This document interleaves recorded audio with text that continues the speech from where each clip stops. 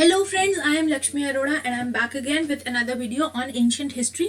Last class में हमने बात करी थी मॉडर्न एडमिनिस्ट्रेशन के बारे में एंड अशोका के बारे में।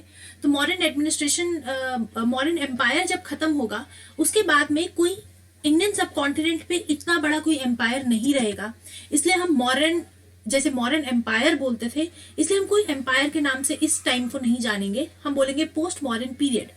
ऐसा कब तक चलेगा? जब तक गुप्ता एम्पायर नहीं आ जाता, क्योंकि गुप्ता जो है वो वापस से इंडियन सब कॉन्टिनेंट को काफी हद तक इंटीग्रेट कर लेंगे। तो इस पीरियड को जो कि मौर्य के बाद आता है, इसको हम पोस्ट मॉडर्न पीरियड कहते हैं।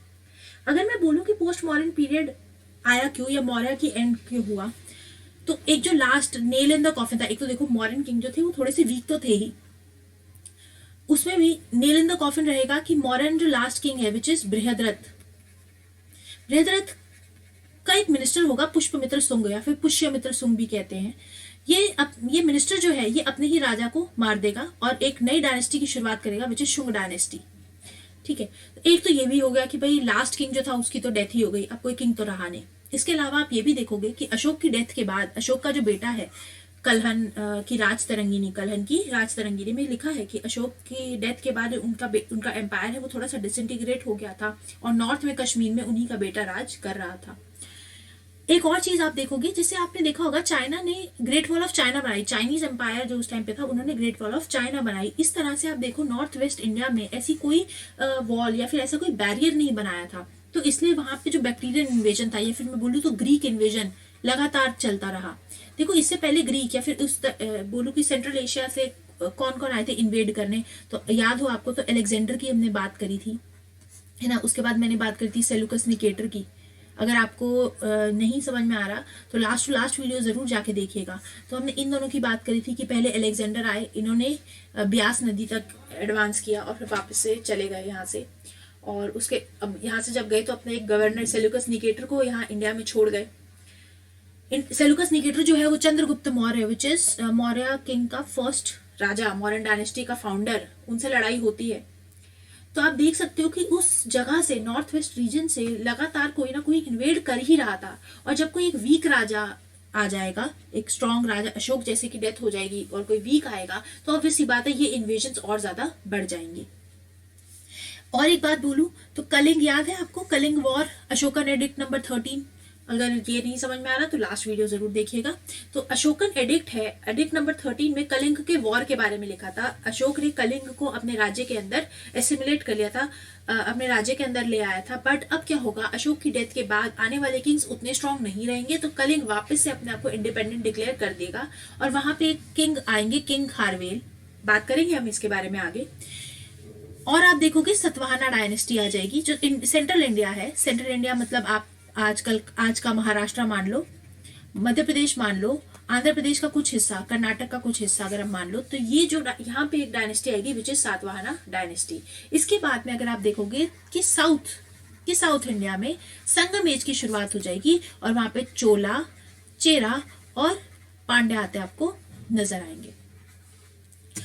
तो ये था कुछ डिसइंटीग्रेशन एम्पायर्स का after modern period which is post Maurya period. North में आपको शुंगा, और शुंगा के बाद उसी रीजन में आते आएंगे कानवा।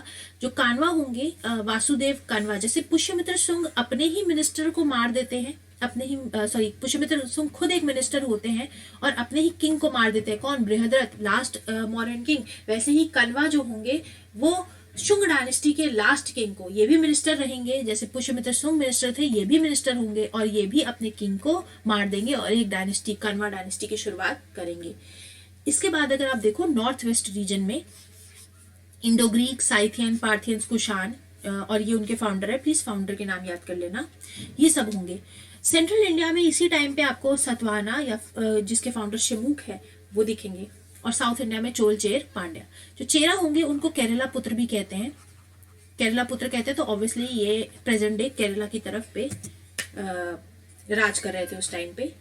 अगर मैं मैप पे दिखाना चाहूँ, देखो ये मैप बहुत ज्यादा टू द पॉइंट नहीं है क्योंकि ये हर वक्त टेरिटोरियल कॉन्फ्लिक्ट में रहते थे, तो बस ये मैप इसलिए है कि आपको ये समझ में आए कि मैं कौन से रीजन की बात कर रही हूँ।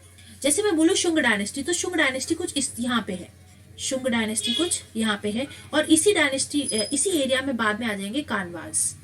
ठीक है, नॉर्थ वेस्ट रीजन मतलब ये वाला रीजन, इस रीजन में आपको सबसे पहले आते नजर आएंगे इंडो ग्रीक्स, फिर स्काइथियंस, फिर पार्थियंस और फिर कुशान्स।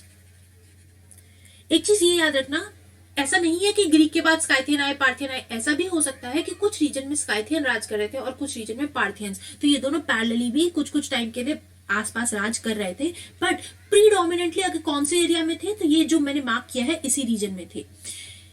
अगर आप सेंट्रल इंडिया की बात करो, मतलब इस रीजन की बात करो, तो यहाँ पे उस टाइम पे सातवाहनास थे, ठीक है, जो कि लेटर पीरियड में कानवास से भी लड़ाई करेंगे। और यहाँ पे आप इस जो इंडो ग्रीक, स्काइथियंस, इन सब से भी थोड़ी थोड़ी इनकी लड़ाई होती रहेगी फॉर टेरिटोरियल एक्सपेंशन।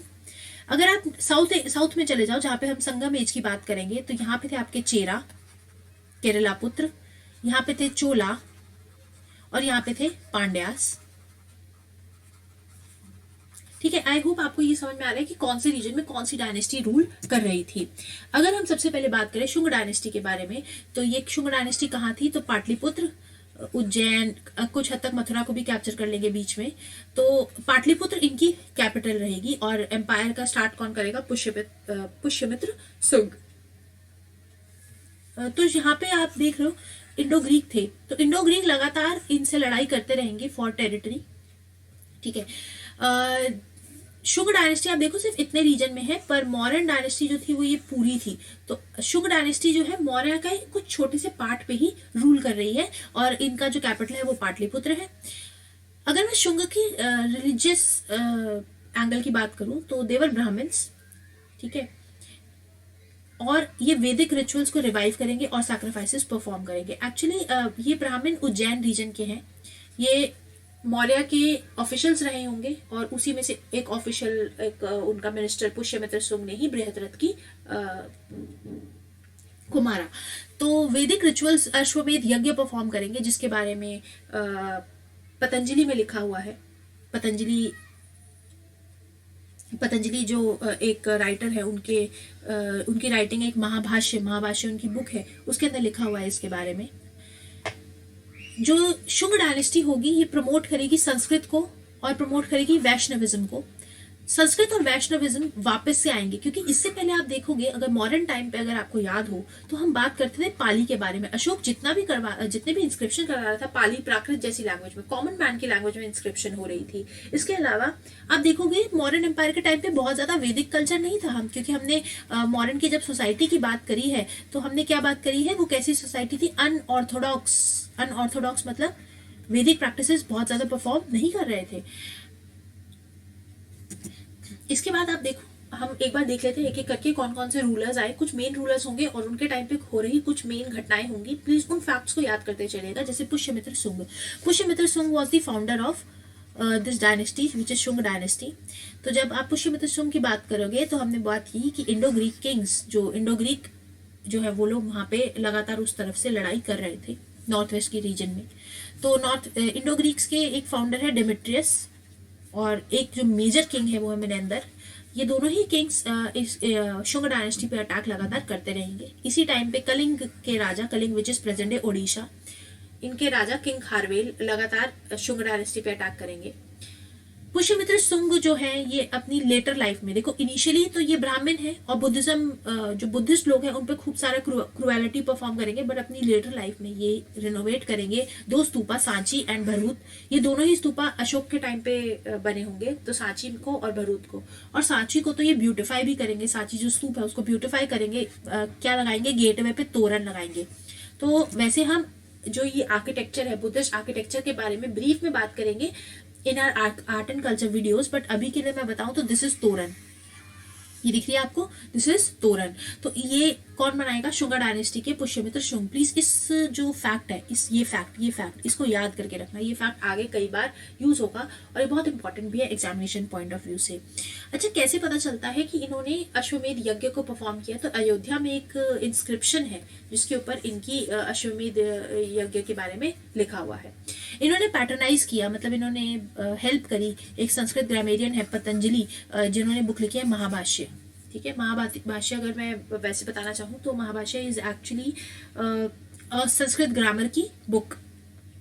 एक और संस्कृत ग्रामर की बुक के बारे में हमने पढ़ा था, अगर आपको याद हो तो, पाणिनि, पाणिनि की अष्टाध्यायी याद है?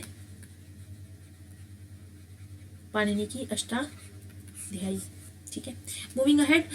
कालिदास की एक पोयम है, कालिदास की एक पोयम है मालविका अग्निमित्रम। कालिदास की एक पोयम है मालविका अग्निमित्रम। ये किसके बारे में है? तो अग्निमित्र जो कि पुष्यमित्र शुंग के बेटे हैं उनके बारे में ये पोयम लिखी गई है। उनके रोमांटिक, एक रोमांटिक पोयम है विच इज जो बताती है मालविका और अग्निमित्र के रोमांस के बारे में। हालांकि ये पोयम शुंग डायनेस्टी के टाइम पे नहीं लिखी गई है, कालिदास गुप्ता पीरियड में आए थे, ये वो उस टाइम के पे ये कोर्ट पोयम थे, तो वो उस टाइम पे ये पोयम लिखेंगे, इस टाइम पे नहीं। इनके जो लास्ट किंग होंगे विच इज देवभूति, इनके लास्ट किंग देवभूति, उनको कौन मारेगा? उनका खुद का ही मिनिस्टर वासुदेव कण्वा इनको मार देगा। और फिर फाइनली हमारी एक नई डायनेस्टी आ जाएगी which is Kanva dynasty. Kanva dynasty पे जाने से पहले एक बार हम शुंग डायनेस्टी के कुछ इंपॉर्टेंट फीचर्स देख लेते हैं। तो पुष्यमित्र के टाइम पे आप देखोगे कि नर्मदा रिवर तक साउथ में ये डायनेस्टी थी, पंजाब तक पहुंच गई थी, पंजाब के कुछ रीजन को कैप्चर कर रही थी, नॉर्थ वेस्ट रीजन में थी, और सेंट्रल इंडिया में देखो तो उज्जैन तक थी।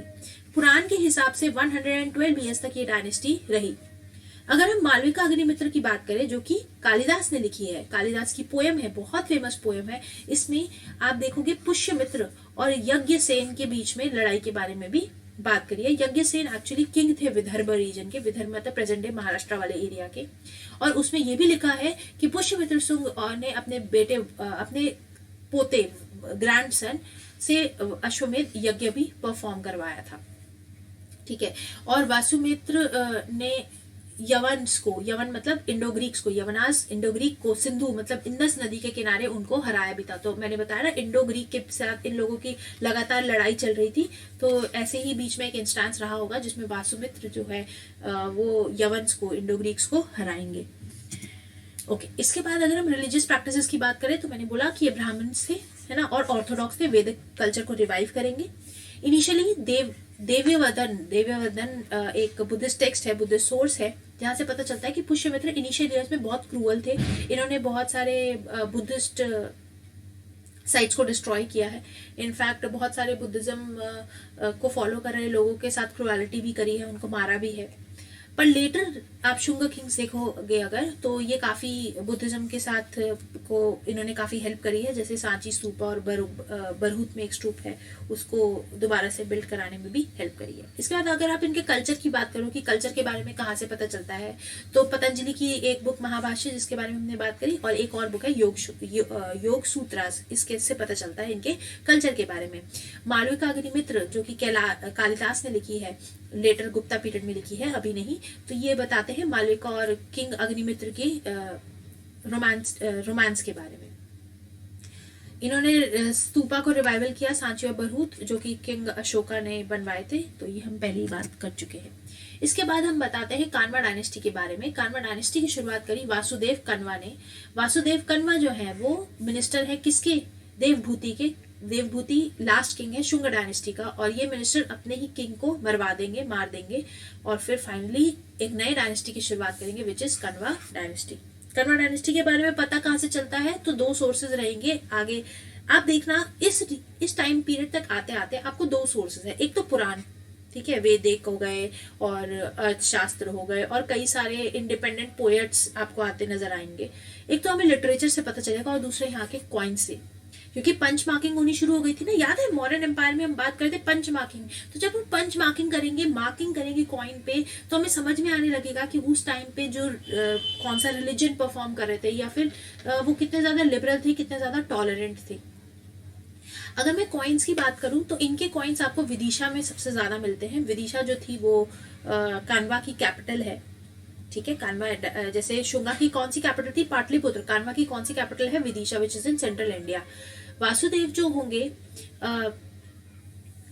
यही अपने एम्परर देवभूति को मारेंगे, और फिर फाइनली थ्रोन को ले लेंगे, असैसिनेट करेंगे अपने किंग को। इनके बाद भूमिमित्र, नारायण, शुश्रमन, ये सारे कान्वा किंग हैं।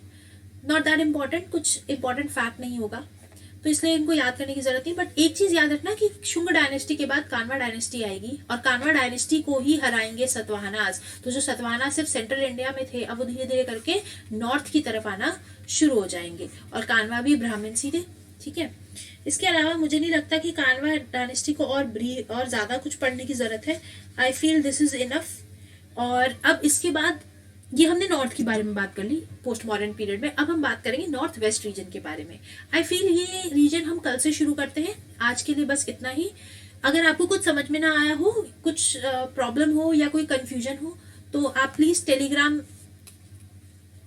का लिंक है डिस्क्रिप्शन बॉक्स में, प्लीज़ वहाँ जाके वहाँ से you can have a conversation with us. जो भी प्रॉब्लम हो आप वहाँ पे प्लीज़ हमें बता सकते हैं। Thank you, have a nice day. और please like share and subscribe करना मत भूलिएगा।